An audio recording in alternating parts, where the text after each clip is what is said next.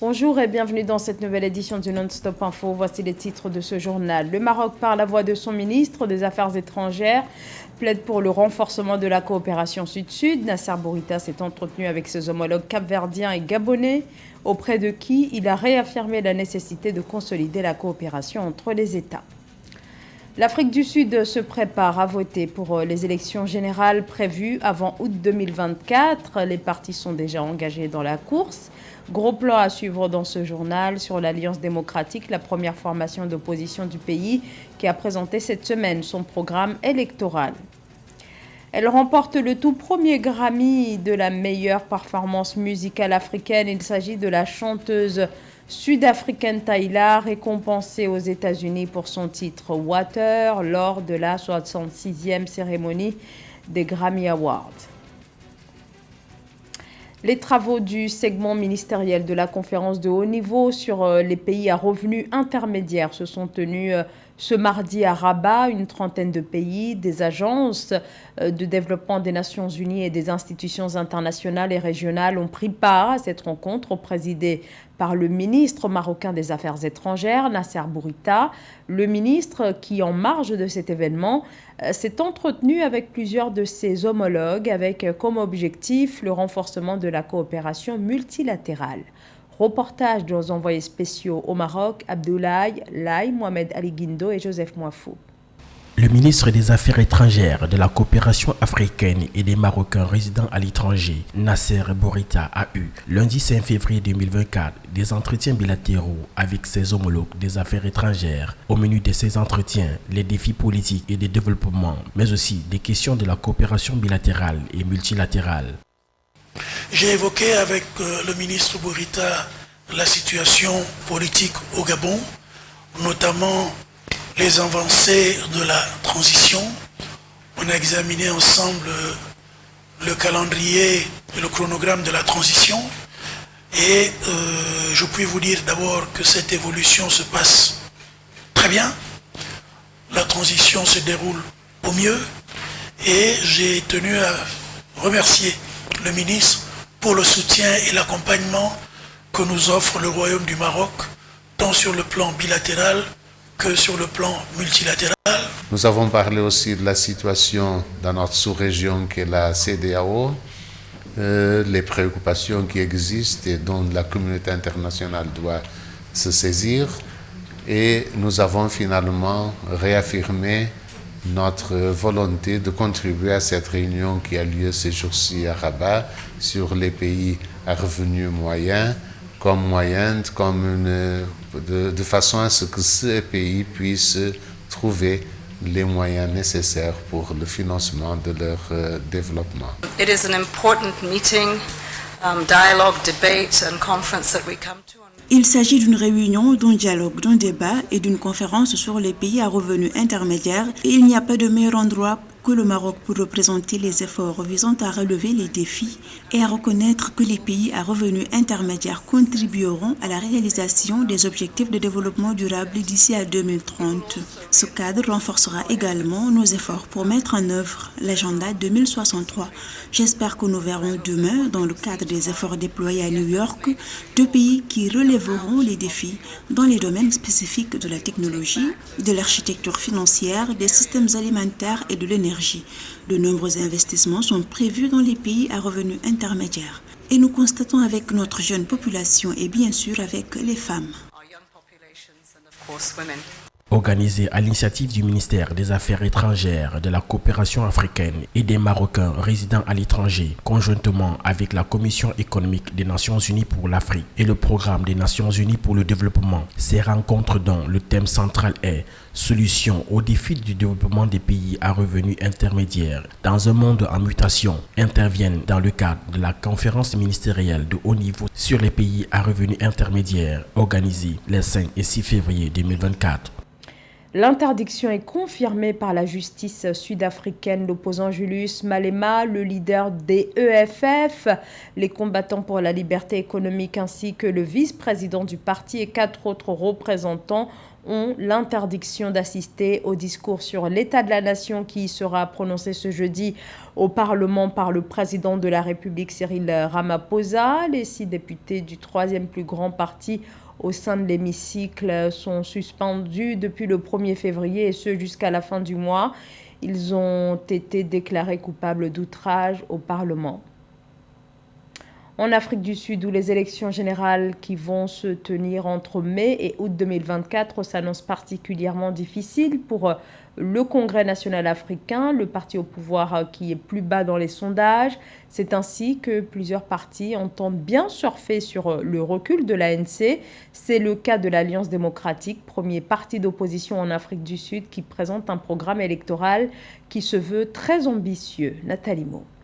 Le principal parti d'opposition en Afrique du Sud, l'Alliance démocratique, a dévoilé ses ambitions électorales. Le 6 février 2024, son leader, John Steenhuisen, a présenté le programme de réforme législative de son parti. Un plan directeur en 5 axes prioritaires dans les domaines de l'énergie, les réformes institutionnelles, la réduction de la criminalité et le relèvement économique. Pour John Steenhuisen, ce programme a la capacité de sauver l'Afrique du Sud.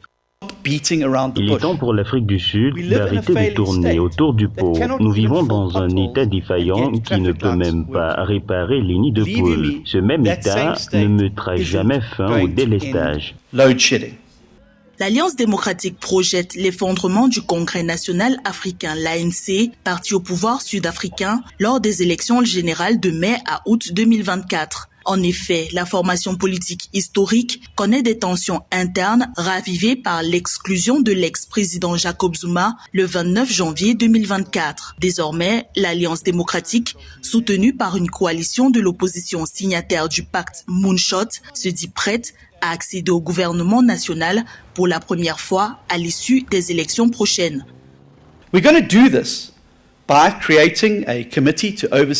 Nous y parviendrons en créant un comité chargé de superviser la présidence, en augmentant la fréquence des questions présidentielles et en introduisant des sanctions lorsque les membres de l'exécutif ne répondent pas aux questions.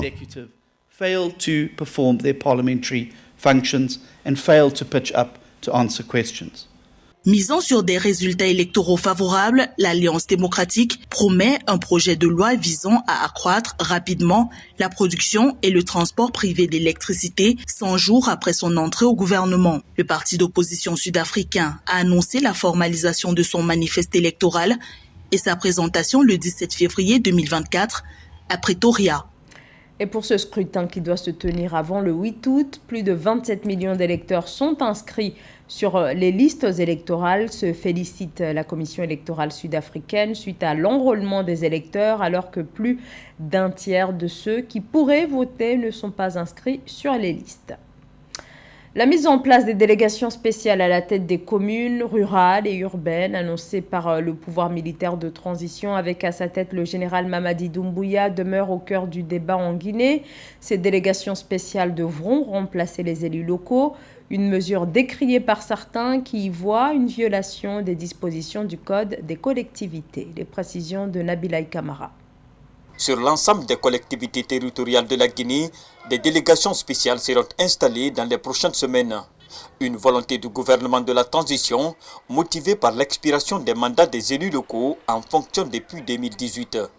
Les démarches administratives ont déjà pris forme, avec notamment la constitution et l'acheminement des listes de toutes les collectivités. Aujourd'hui, nous savons que cette transition, dans son volet politique et de manière initiale, va commencer par l'organisation d'un référendum constitutionnel pour une question d'implication des délégations spéciales qui pourraient favoriser une sorte de neutralité dans la conduite des affaires politiques de la transition. Il va de soi qu'on fasse recours à ces délégations spéciales. La question de mise en place des délégations spéciales divise les acteurs de la classe politique en Guinée. Le gouvernement dispose des manœuvres pour mettre en place des délégations spéciales, défendre les partisans du pouvoir. Pendant ce temps, des acteurs de la classe politique comme le RPG, l'ancien parti au pouvoir, estiment que cette volonté du pouvoir viole le code révisé des collectivités locales en Guinée. Le gouvernement est dans l'impossibilité totale d'organiser les prochaines élections communales. Donc le ministre de l'administration du territoire, conformément à l'article 102 de ce code révisé, a le plein pouvoir de nommer des délégations spéciales à travers le pays. Si le gouvernement n'a pas de moyens ou est dans l'incapacité d'organiser des élections, les mairies et les conseillers restent en place jusqu'aux nouvelles élections. C'est ce que la loi dit. On ne peut aller à la délégation spéciale que lorsqu'il y a violation de certains principes. Autant les autorités semblent résolues à mettre en place ces délégations spéciales dans toutes les collectivités de la Guinée, autant les acteurs politiques sont déterminés à s'opposer à la démarche de la junte. Ces derniers estiment qu'il s'agit d'une manœuvre du pouvoir pour s'assurer le contrôle absolu sur ces entités locales à des fins non avouables. La 66e cérémonie des Grammy Awards qui a eu lieu le 4 février dernier aux États-Unis a couronné la Sud-Africaine Tyla pour son titre Water, une récompense pour la chanteuse de 22 ans nommée dans la nouvelle catégorie consacrée à la meilleure performance musicale africaine. Nana Kamsukom. L'industrie musicale africaine, la diversité des genres et des talents du continent ne se contente pas de conquérir les palmarès mondiaux, mais gagne également une place sur la prestigieuse scène des Grammy. L'édition 2024, tenue le 4 février, a vu Tyla, originaire de Johannesburg, remporter le Grammy de la meilleure performance musicale africaine devant 4 Nigériens. Parmi les nominés, Burna Boy, Davido, Troye Sivan et Aira. Even my performances, my dancing. Ce qui me fait gagner, c'est littéralement, c'est tout, mais mes performances, ma danse, même les interviews que je donne sont naturelles car je parle comme je parle à la maison. Je n'essaye pas de changer quoi que ce soit. Je veux juste que les gens voient qui je suis et d'où je viens. Découvrir la culture et l'énergie que beaucoup aiment en Afrique du Sud. Malgré l'attrait mondial, des défis persistent tels que le pouvoir d'achat limité et les contraintes d'infrastructures. Toutefois, grâce à l'attention croissante des grandes maisons de disques et à l'engagement de développer les talents locaux, l'industrie est prête à poursuivre la croissance, un développement salué par les dirigeants africains. Au réveil, nous avons appris que notre Tyla avait remporté le prix de la meilleure interprétation musicale africaine pour sa chanson Water aux Grammys. Elle est la plus jeune africaine à remporter un prix aussi prestigieux et vient s'ajouter à la liste des artistes et musiciens sud-africains éminents qui ont laissé une marque indélébile sur la scène mondiale. Tyla, nous te félicitons et nous célébrons avec toi. Votre victoire confirme le succès durable de l'Afrique du Sud dans diverses enceintes internationales. Merci pour votre authenticité et pour avoir porté le drapeau. La musique africaine n'est pas seulement une source de divertissement, mais aussi un outil puissant contre la répression et l'injustice. À mesure que l'industrie gagne en reconnaissance au niveau mondial, l'optimisme règne parmi les initiés de l'industrie, comme Efe Omorogbe, un directeur musical qui perçoit le vaste potentiel de la musique africaine. Si la pratique du badminton se fait timidement au Cameroun, quelques athlètes de la discipline tentent de promouvoir ce sport. C'est précisément le cas de Madeleine Laetitia Akumbazé.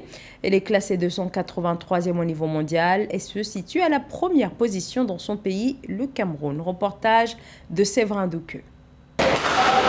Son allure svelte et athlétique trahit ses aptitudes sportives. L'athlète de 21 ans représente l'un des espoirs du badminton camerounais. Championne locale de la discipline, Madeleine Laetitia Akumbazé embrasse le badminton en 2013 lors de ses premières années d'études secondaires, ceci malgré la réticence de ses parents. 10 ans plus tard, en plus d'avoir réussi le pari de se hisser au premier rang au Cameroun, elle défend les couleurs de sa patrie dans les plus grandes arènes, comme ce fut le cas aux Jeux du Commonwealth de Birmingham en 2022 ou encore les Jeux olympiques de la jeunesse en Argentine en 2018. Au départ, d'abord, mes parents ne voulaient pas que je participe, que je fasse cette discipline en fait. Donc, mon coach a été patient. Il a vu mes parents, il a insisté malgré de nombreux refus. Au fur et à mesure que le temps passait, je m'attachais plus à cette discipline. Et c'est devenu pour moi comme une passion. J'ai eu 2 grands moments de ma vie au badminton. C'était ma sélection pour les Jeux du Commonwealth à Birmingham 2022 et ma qualification pour les Jeux olympiques de la jeunesse en 2028, en 2018 en Argentine. 283e au classement mondial, la lionne indomptable de badminton figure dans le top 10 africain de la discipline. Une performance en constante amélioration. Malgré ses prestations non concluantes lors des 5e internationaux de badminton, tenus du 24 au 27 août 2023 au Cameroun, où elle a été sortie en 8e de finale en simple senior dame par l'Égyptienne Nour Ahmed Youssouf de 7-0, la badiste est dans l'attente de la décision d'une éventuelle qualification pour les JO de Paris 2024, une échéance qui constitue le rêve pour sa carrière de badiste. Bon, c'est vrai déjà actuellement je suis dans le top 10, mais ça fait partie des compétitions les plus valorisées et les plus grandes du monde. Et maintenant participer à ces 2 compétitions pour un sportif est une chance et est une bénédiction, si je peux le dire aussi. À 21 ans, la jeune athlète porte haut les couleurs de son pays par sa volonté de toujours glaner des médailles et des titres, choses qui lui permettront d'améliorer davantage son classement au ranking de la World Badminton Federation. C'était le journal de la rédaction. Merci à vous tous de nous avoir suivis. Restez avec nous sur Africa 24.